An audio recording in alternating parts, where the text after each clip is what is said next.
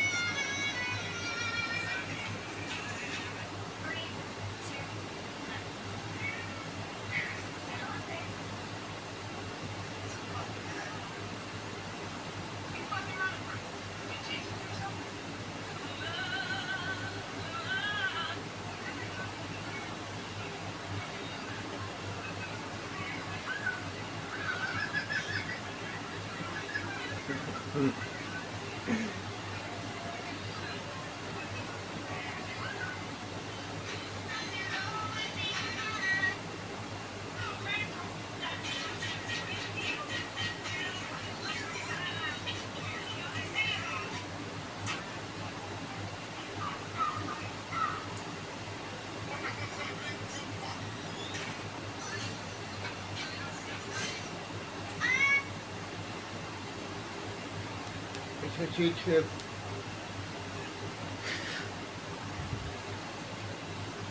About being there as her friends. The girls tell him that her name is Yoon Yoon, and this trucks show up in front of a warehouse he had rented for the drop-off, and he guides them in to deliver the goods. One of the truckers is concerned that the warehouse doesn't have a refrigerated room, which means that there's a chance that all the ice will melt, but he tells them not to worry about that. He instructs them to move the goods into the warehouse and directs them to specific places in the warehouse. While all of this is happening, Xiao Yu tracks down Xiao Qian to tell her that Su Chen has rented a large warehouse in the suburbs, and he also bought a lot of large machines that are being moved into the warehouse. She's interested in what he's doing, so she goes over to the warehouse with Li Na to see what's going on for herself.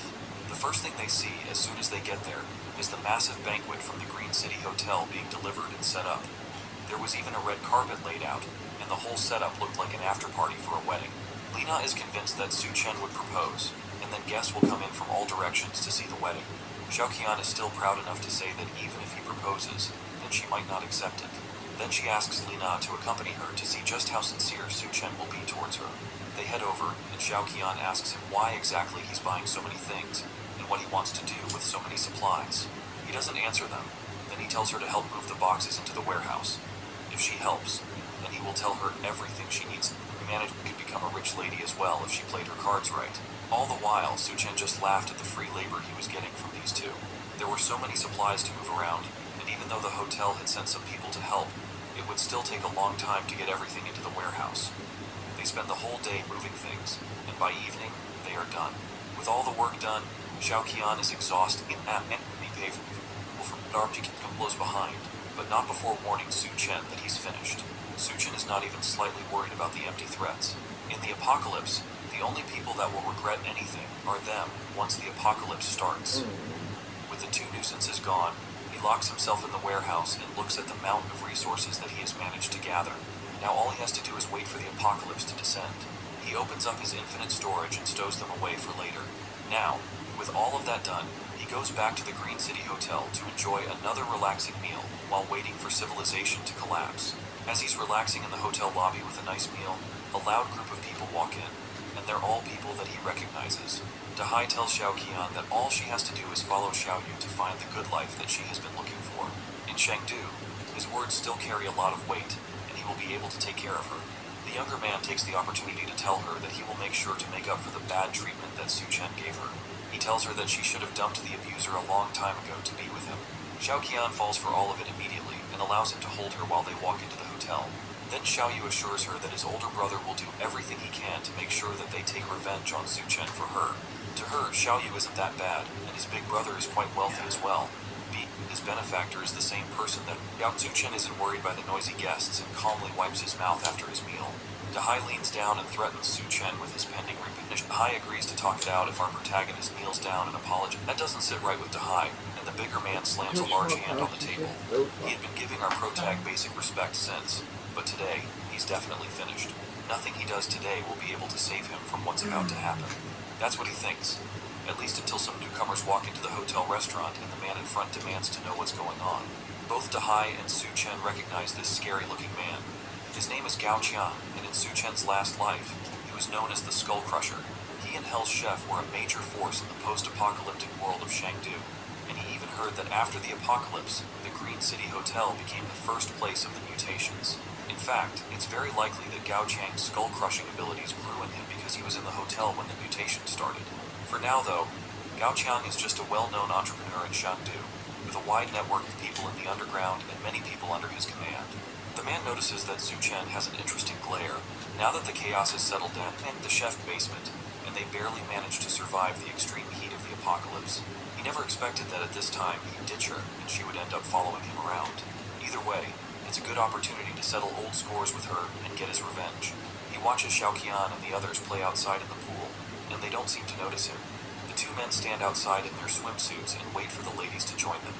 Dahai notices that the air has been getting much hotter recently, and it almost seems like it's hotter at night than in the day. That's exactly the reason why Xiaoyu suggested that they go to the pool to cool off. Seeing the girls in swimsuits was just going to be an added bonus for them. The two men are excited just thinking about it, and they hug in joy at the bright idea. The two girls make their way towards the pool in their swimsuits, and they notice that the moon looks brighter than normal. When they reach the pool, Xiaoyu takes Xiao Qian's hand and confesses that his make a run. As they are talking, Xiao Qian, Xiaoyu, and Li Na race back into the hotel lobby, looking like they just had a fight for their lives. They roll around on the ground and look around desperately for something to use and cool off. All the while, their skin looks burnt and red. Xiaoyu notices a fish tank, and the three of them dive into it to try and cool off. While they're inside, they argue with each other on who can stay in the pool and who should get out. Dahai's men wonder what they are doing and why they look so injured. More importantly, they wonder where Dahai is and why they ran back without him. Xiaoyu realizes that they abandoned his brother outside, but by then, it's already too late. His skin is burnt worse than the others, and he has blisters all over his body. Everyone rushes to take care of him before he collapses. Meanwhile, Mr. Sun asks Duanya why she isn't drinking the wine. Before she can answer, Gao Qiang cuts in and tells him that a banquet has already been prepared for him. Mr. Sun doesn't care though. He's only concerned by the fact that Duanya didn't drink what she was offered. Nobody in Chengdu dares not to drink the wine he pours. He tells Gao Qiang to back off since this is none of his business. At that moment, Duanya realizes that Gao Qiang had set her up. He must have done it to try and climb up the ladder and win Mr. Sun's favor. The large man thinks he's invincible in Chengdu and that he can go around harming many women, and today it seems like he targeted her. She's completely certain that there is something wrong with the drink, and she must not take it. However, there's nothing she can do to escape this situation. At that moment, the moon shone with a bright red, burning light. The light blinds both Gao Qiang and Mr. Sun for a moment, before they both rush to close the curtains because of the heat. The two men are sure that something horrible is going on, and they decide to go downstairs and find out more information, while Dawn sighs in relief that a distraction like that had saved her from something terrible. Downstairs, everyone in the hotel had gathered in the lobby to try and escape. Manager Louis urges them to calm down and tells them that a rescue team was on their way to take them to a more secure location. The people don't seem convinced, and chaos starts to burst out in the lobby. Meanwhile, Gao Qiang makes his way downstairs and asks someone what's going on. He explains that there was a sudden temperature rise, and the news had reported that hundreds of people had already... It's doing my way.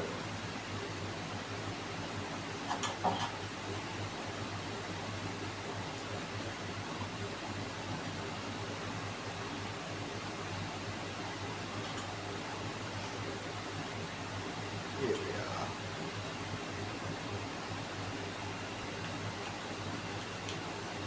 Well, I will see you a month, a week, who fucking knows.